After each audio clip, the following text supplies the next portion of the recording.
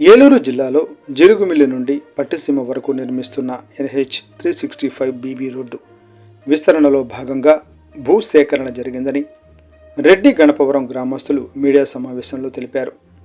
భూమికి నష్టపరిహారంతో పాటు షెడ్లు, బోర్లు కూడా నష్టపరిహారం ఇవ్వాలని, అందరికీ ఒకే న్యాయం జరిగేలా చూడాలని అన్నారు. భూసేకరణకు ముందే తమ భూములలో బోర్లు, షెడ్లు ఉన్నాయని, అయితే వాటిని మినహాయించి భూమికి మాత్రమే నష్టపరిహారం ఇస్తున్నారని, అధికారుల వద్ద విన్నవించుకున్న తమ గోడు పట్టించుకునే నాదులే లేరని అన్నారు. ఇప్పటికైనా అధికారులు స్పందించి తమకు న్యాయం జరిగే విధంగా చర్యలు తీసుకోవాలని కోరారు. యాండ్ర శ్రీనివాసరావు, యాదాల నాగేశ్వరరావు, తోనం ప్రసాద్, యాండ్ర ముత్తయ్య తదితరులు ఈ కార్యక్రమంలో పాల్గొన్నారు.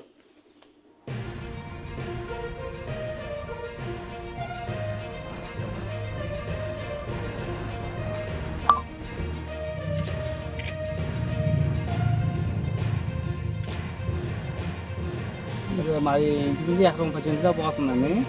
అయితే దాంట్లో షెడ్ ఉంది, బోరు ఉంది. ఆ బోరు వేసి 2 సంవత్సరాల పైన అవుతుంది. సర్వే చేశారు కానీ ముందుగా వచ్చిందన్న తర్వాత మళ్ళీ రాదన్నారు. దాని గురించి దాని మీద తీసుకుని మాకు నష్టపరిహారం కోరుతున్నాం. పేరు తోనం ప్రసాద్ అండి. 71 సర్వే నెంబర్లో ఉంది. ఆ భూమిలోనే రేకుల షెడ్డును రేకుల పందిరి ఒకటి ఉందండి. 2017లో నుండి దానికి ప్రూఫ్ కూడా ఉందండి. 17లో నుండి కాయింతలు కూడా ఉన్నాయి.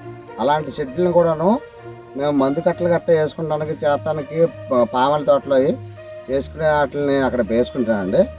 ఆ షెడ్లు కూడా దురాక్రమంగా రాయికోకుండా వెళ్ళిపోయారండి.